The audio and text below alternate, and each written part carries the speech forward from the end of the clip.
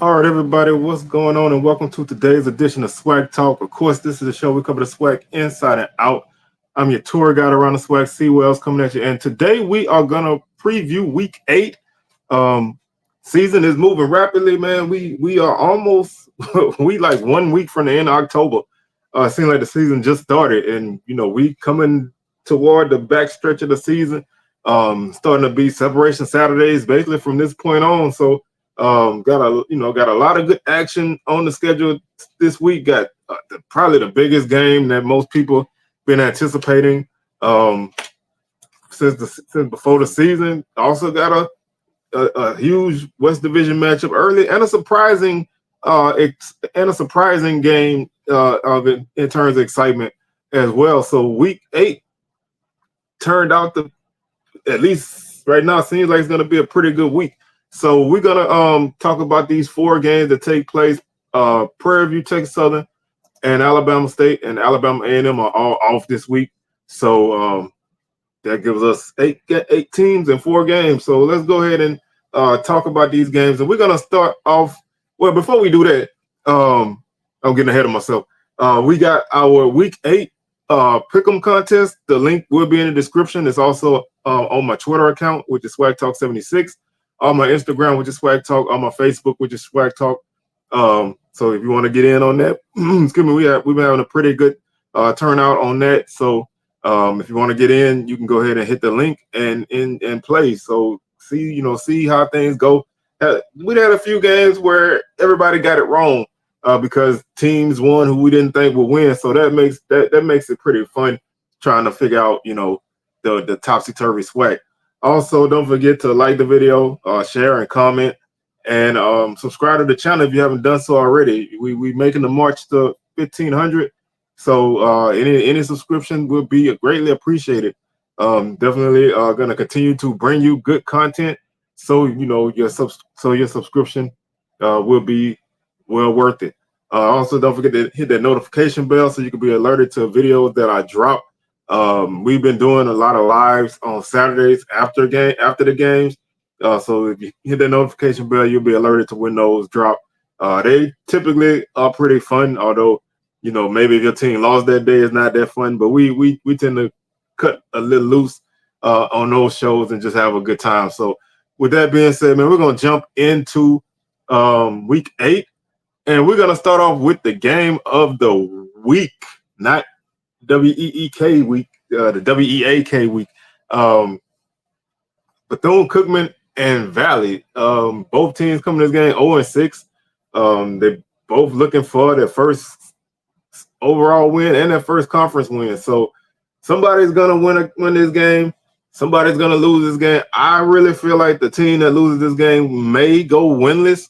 I mean, of course, upsets always happen, but the odds of the loser of this game going winless are pretty high to me, because this is probably both teams' best bet at a win at this point.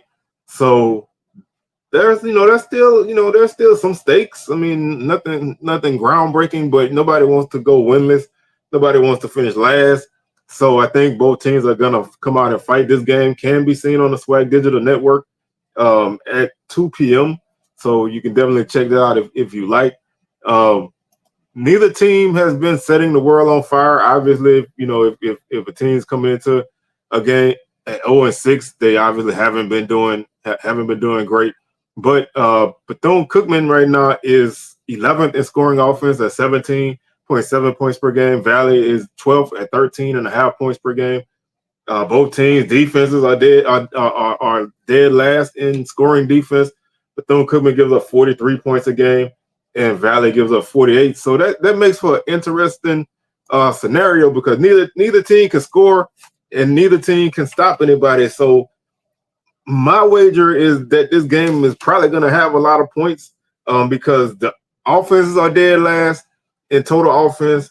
Both of them under 250 yards per game. Both defenses are dead last.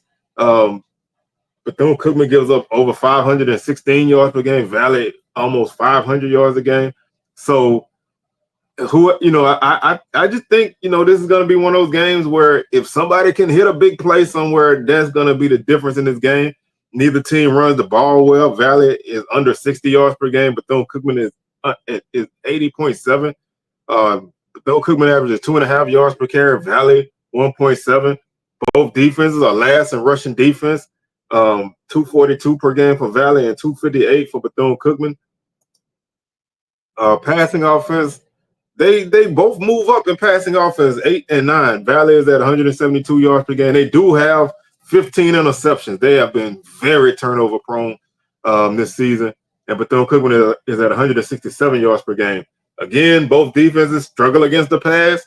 Bethune-Cookman at 258 per game. Valley at 246 per game. They combined for 7 interceptions. So they haven't really made a lot of things happen in turnovers. Both offenses struggle to protect the quarterback. Bethune-Cookman has given up 16 sacks. Valley 20. Valley is last in sacks as a defense with 5. Bethune actually is second in the league in sacks at 17. I always said that's kind of an odd thing. The defense does a good job of getting pressure, but they can't stop anybody.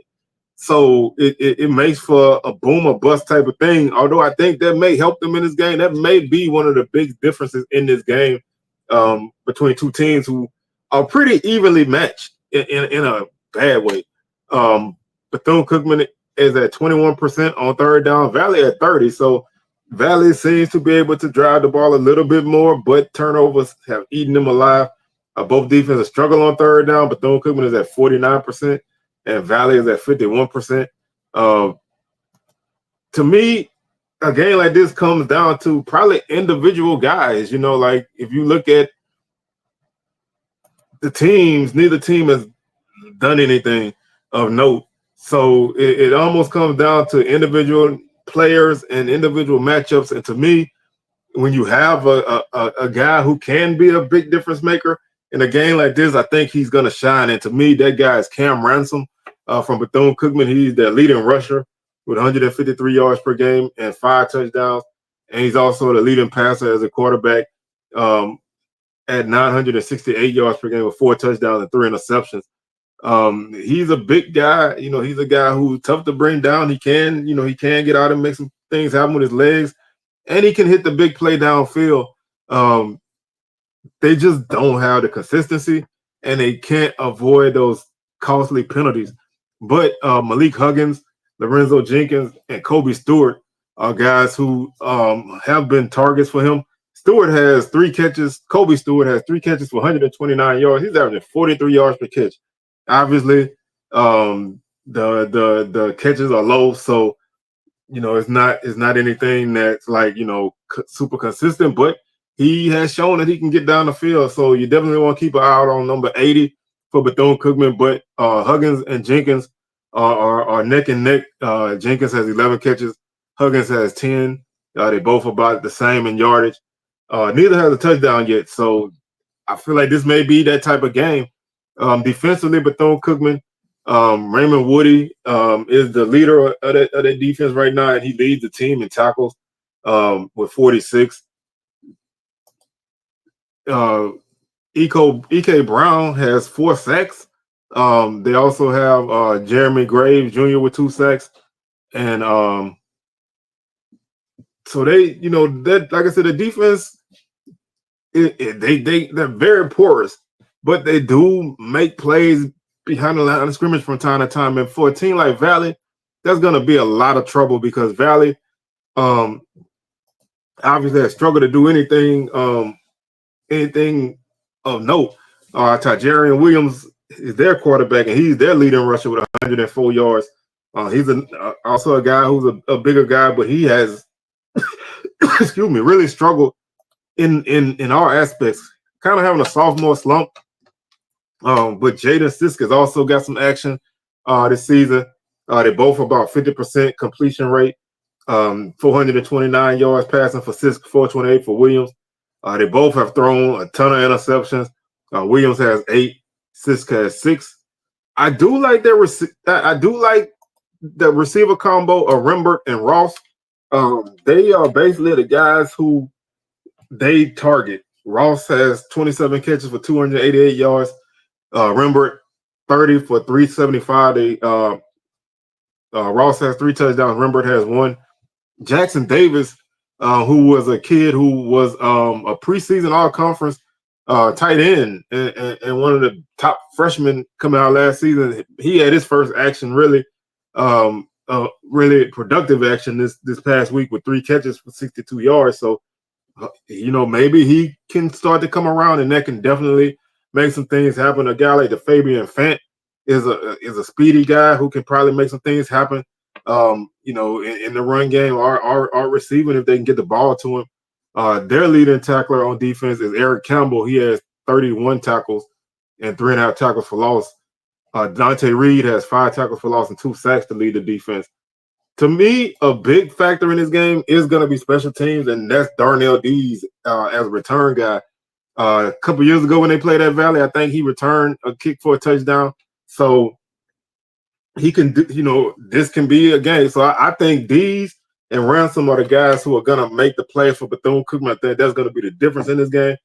I do think there's going to be a lot of points. This is probably going to be I don't think it's going to be a pretty game by any stretch, but this is probably going to be both teams, one of the best games that both teams have played. Although I don't think it's going to look that great, but I think Bethune-Cookman are going to win this game. I'm going to say 31-26, just an odd score. I can see this being a blowout on Bethune-Cookman's side. I don't see a lot in it for Valley to get the win, and that's kind of disheartening because you kind of want Valley to make some things happen. At some point. I just don't really see it happening in this game, and to me that's kind of tough. And it's homecoming, so maybe that'll be a little bit of a spark for Valley, and that can get them over the hump. But right now, I think Bethune-Cookman is the better team out of the two. I think they've been a little bit snake bit, losing a game against Clark that you shouldn't have lost, and having a game against Bama State that may not have been as close as the score looked, but they were in it. Valley's just not really been in a lot of games, although they did lead Bama State 14-0 early in that game. But I like Bethune-Cookman in this one, and I think they find a way to get it done. Not going to be pretty, but I think they get it done. That takes us to our next game, which is now kind of a surprising game. Before the season, this was a game that to me was probably a foregone conclusion. Grambling, you kind of figure that they would be the better team out of the two, even with a new coach and some turnover. You kind of figure Pine Bluff just wasn't there. But Pine Bluff offensively has been playing very well. Not consistently well, but they've been playing well in spurts. And they picked up their first win against Prairie View on Friday. So they're sitting at 1-1 in conference, and Grambling's coming in 0-2. So that does put a little bit more weight on this game. And because Pine Bluff has, they have some guys who can make some serious things happen, that could make this game a lot more dicey than it may have been. Like when you look at the early season prognostications. So this is a very intriguing game. It's an important game, division game, and a team who's trying to take another step and show that they can be, a thorn in somebody's side, and a team who needs a win to get back to where they were earlier. This game is a 2 p.m. kick on HBCU Go. When you look at these two teams, they are, they kind of get things done in different fashions. Grambling is averaging 28.7 points per game. Pine Bluff right behind him at 27.9.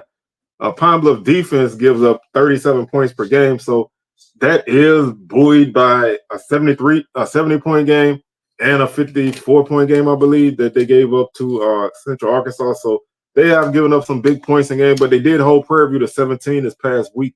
So they've shown, at least in that game, that they could kind of make some things happen. Grambling's defense is allowing 26.8 points per game. So that defensively, I think Grambling is in a better spot out of the two teams, and that could be a factor in this game offensively. But Pine Bluff is averaging 351 yards per game. Grambling at 305. Grambling defensively is at 392 per game. Pine Bluff is at 465. So, like I said, if other than that Arkansas Baptist game, I think the Prairie View game was probably the best defensive game that Pine Bluff has played. They've had a tough time stopping the run. They give up 226 yards per game. Grambling averaging 102. I think this, we've been saying it for weeks. Grambling run game needs a breakout, and a defense that doesn't really stop the run well could be the key. Now, I said that last week too, because Prairie View was struggling with the run game, and they were playing the same Pine Bluff defense that gave up almost 230 yards per game, and they still couldn't get anything going. So that's not a foregone conclusion, but I still think Grambling, if they can get something going positively early with the run game, I think they can make some things happen. Hargrove, Bradford, and now Talbert, who had a pretty solid game last week, is another name to throw in the mix. Pine Bluff running game is a little bit better, but not by much. 106 yards per game. Grambling defense gives up 153. So I think Pine Bluff, they've been struggling with injuries at that spot. So maybe not consistent. Maybe they won't be able to really be a factor running the ball. But where Pine Bluff shines is their passing game. Second in the league at 246 yards per game. Only thrown 3 interceptions on the season to 14 touchdowns. Those 14 touchdowns do lead to SWAC. And they have a nice 1-2 punch that I think a lot of people are finally paying attention to. And that's Giovanni Gibson at wide receiver.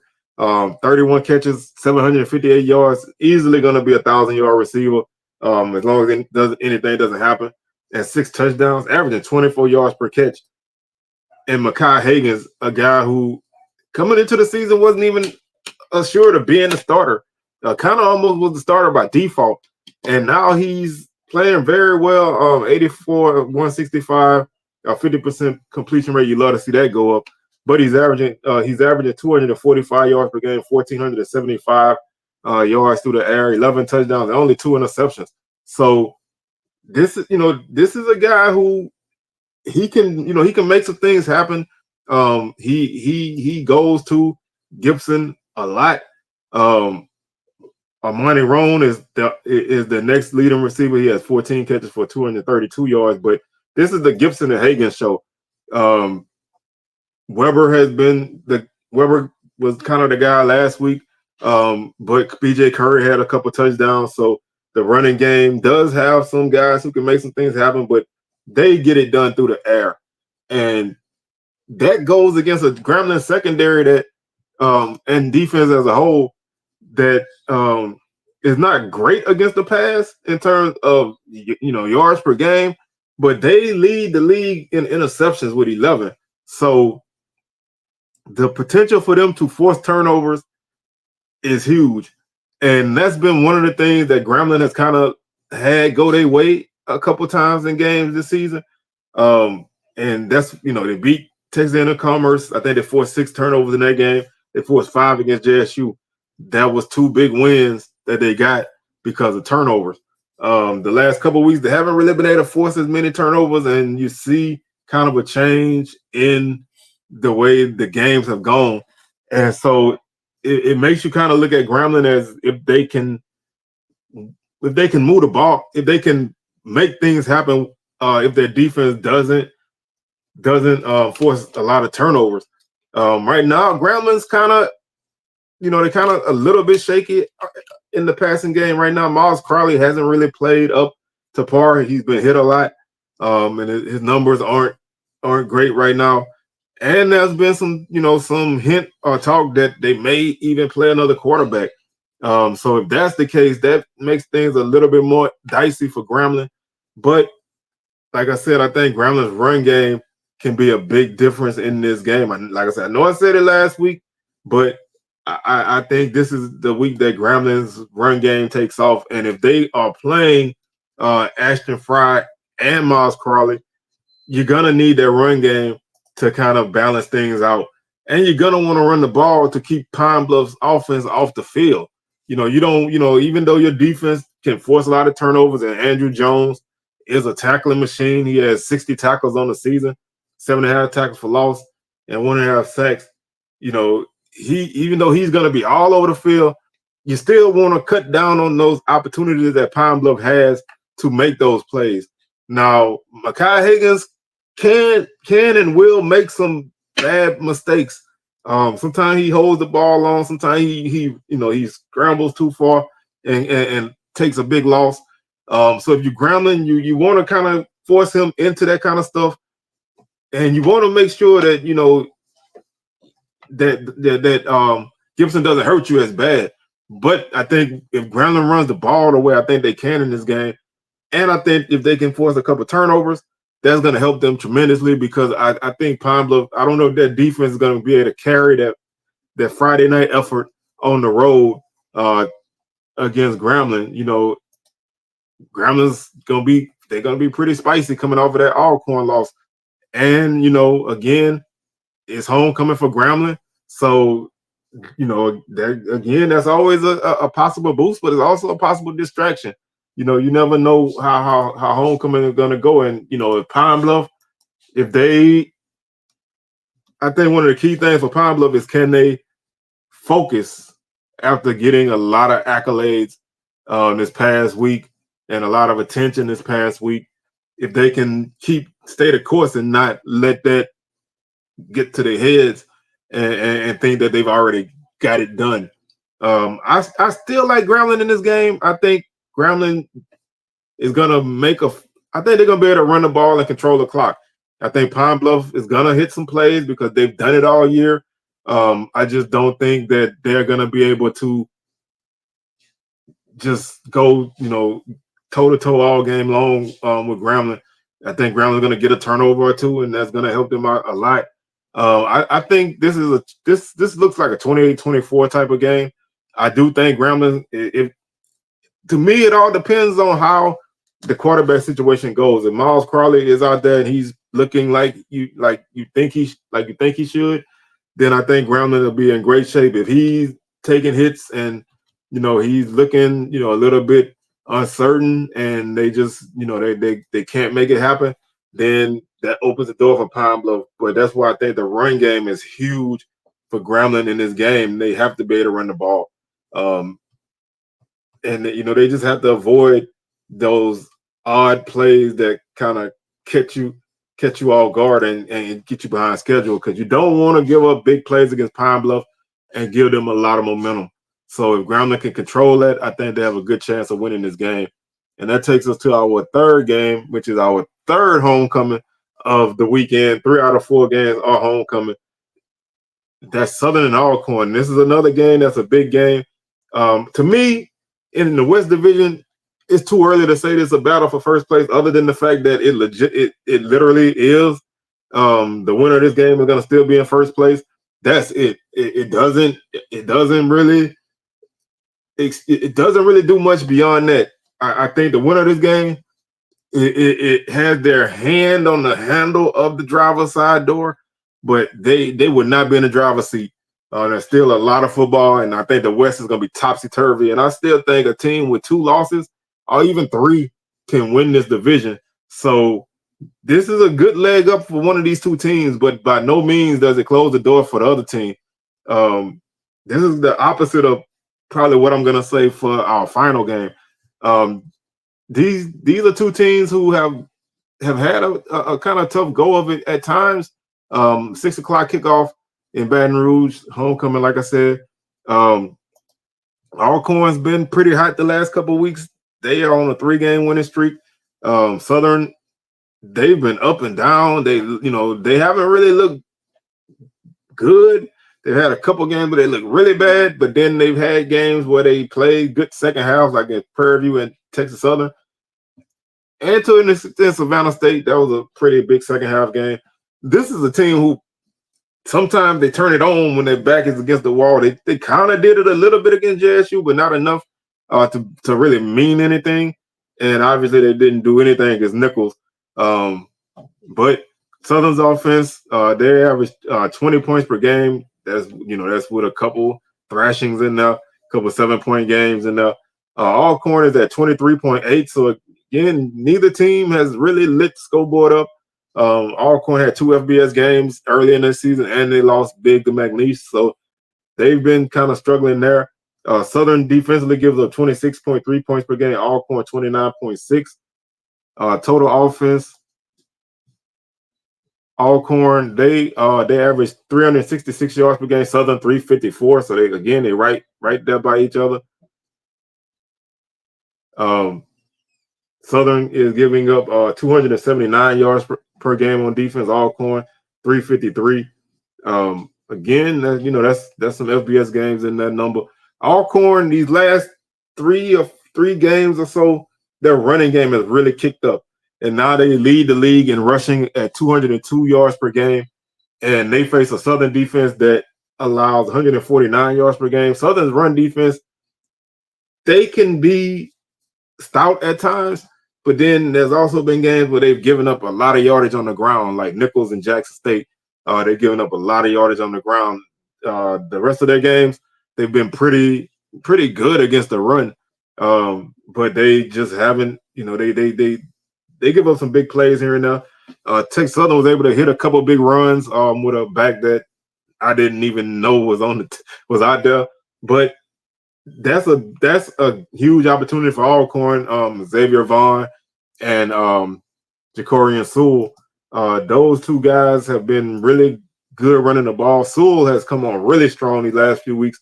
He's averaging 5.8 yards per carry, and he has 3 touchdowns.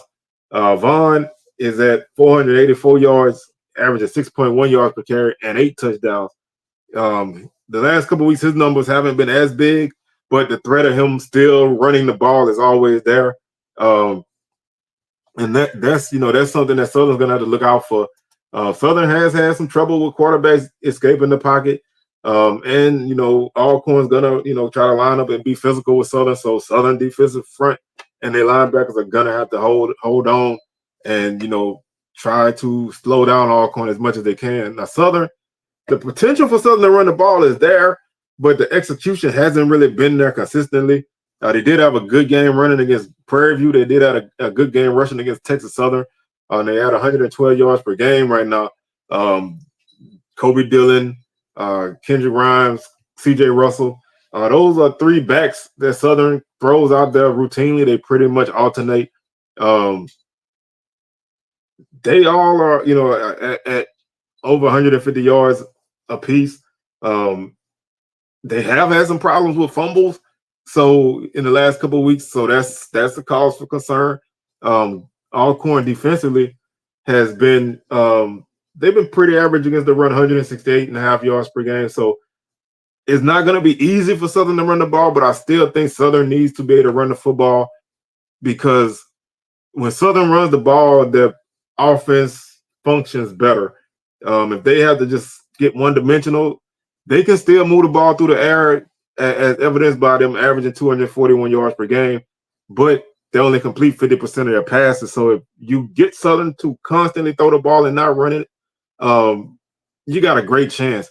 And Southern's 2 big losses, I think they combined for like 60 yards rushing in their losses to Jackson State and Nicholls State. So if you can stop that run game and totally shut it down and make them one-dimensional, you got a good chance of having success against Southern. Alcorn's pass defense has been pretty solid. They have 11 interceptions this season. Southern has 7 thrown. So that kind of plays into Alcorn's hands. Alcorn passing the offense is, obviously when you run the ball as much as they do, you're not going to throw the ball that great.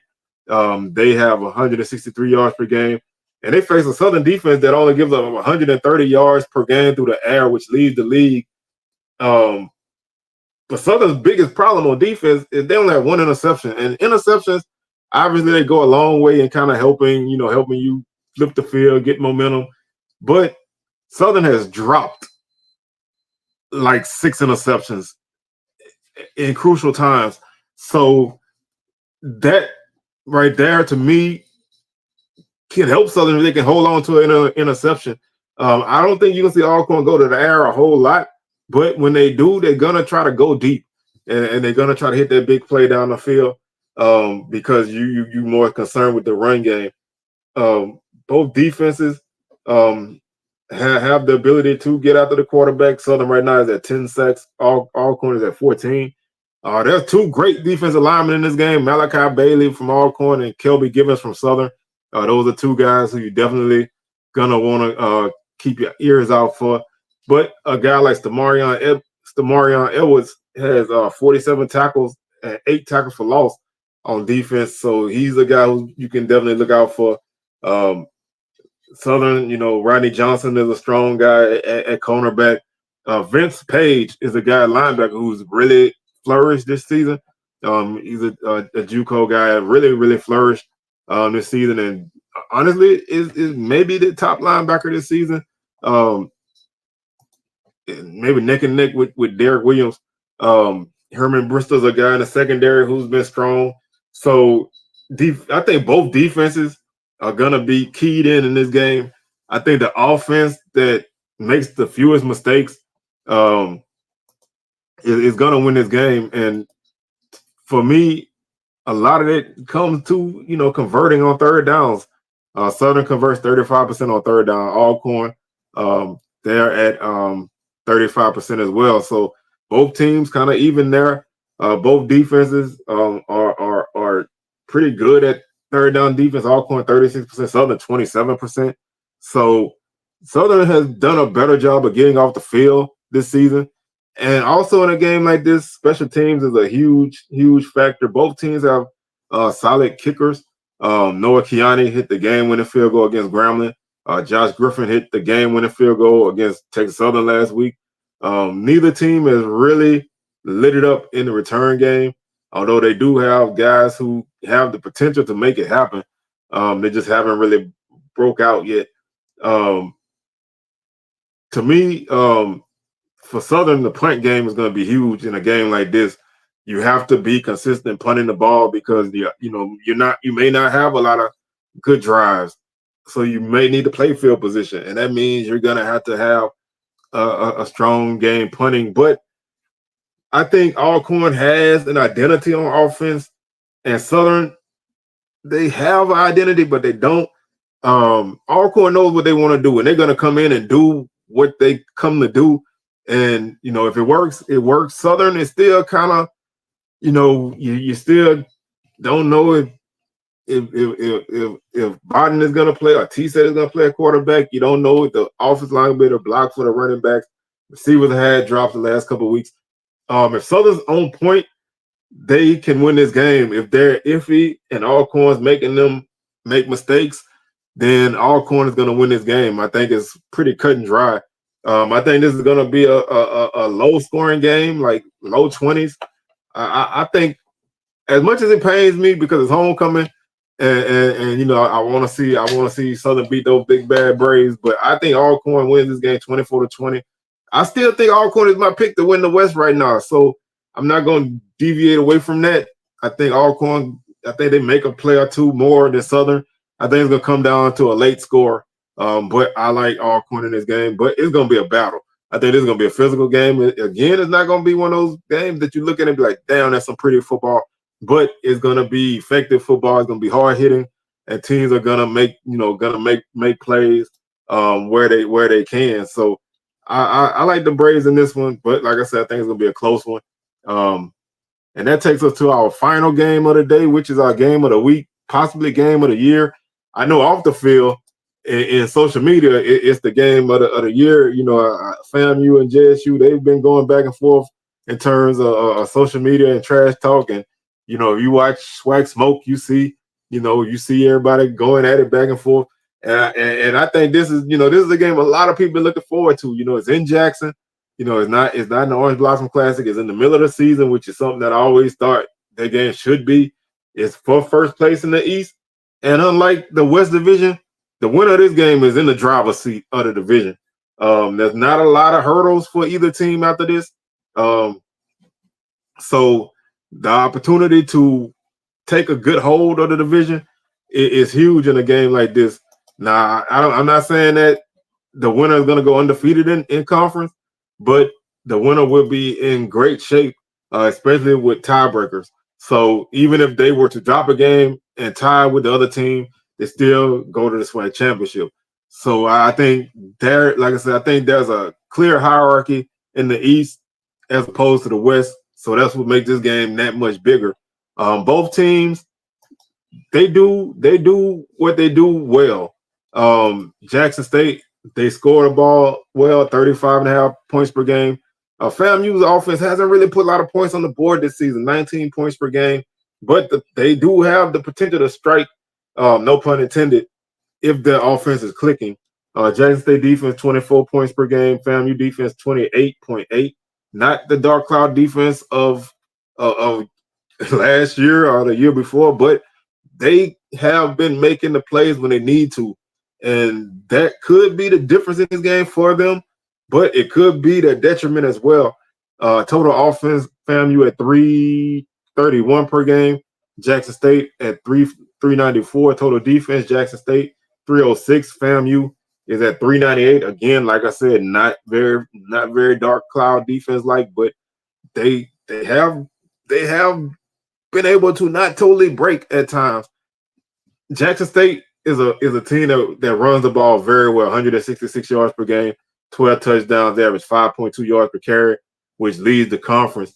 FAMU has some good backs, but they haven't been able to get the run game going, and they have not had a rushing touchdown yet this season, which is something odd to me. I could have swore I thought they had, but obviously they haven't. And they have been able to run the ball and fits and starts, but they just haven't been able to make that a huge factor in their offense. Thad Franklin has had some good carries for them. Kelvin Dean is a guy who returned from last season, and Levante Somerset is a young guy who had a pretty solid game running against Bama State the week before. But FAMU is a passing team, and that attack is led by Daniel Richardson. Their passing attack. Well, let me jump back 1 second. FAMU's run defense, it has not been good this season. 205 per game. They got gashed by Bama State. Norfolk ran the ball well on them. South Carolina State ran the ball well on them, and obviously in the FBS games, they gave up yardage on the ground. 205 yards against a Jackson State defense that can rush for 200 yards in the game is a big advantage for Jackson State. So if JSU can run the ball, I think they win this game. I think it's almost that simple. Obviously, there's still a little bit more factors that go into that, but I think JSU, if they run the ball, they can be physical, they can control the clock, they'll have a great chance, especially playing at home. But JSU, they can throw the ball. They're not a team. They're not one-dimensional in that sense. I think they want to run first, and then they love to hit you with the deep ball, especially the Jonas Fortillion. Always, down the field for a deep pass. They're at 227 yards per game. FAMU at 238. Daniel Richardson and Jamari Gassett is a nice connection for the Rattlers. But they also have some tight ends that can make some things happen. Kobe Gross has 198 yards and a touchdown. Carter Johnson as well. So, they have those guys at tight end, but they also have a guy like Ace Cobb who had a couple big catches in recent games. Quan Lee's another guy who can make some things happen. So, to me, the passing game for FAMU is very important because I don't know how well they're going to be able to run the ball in this game.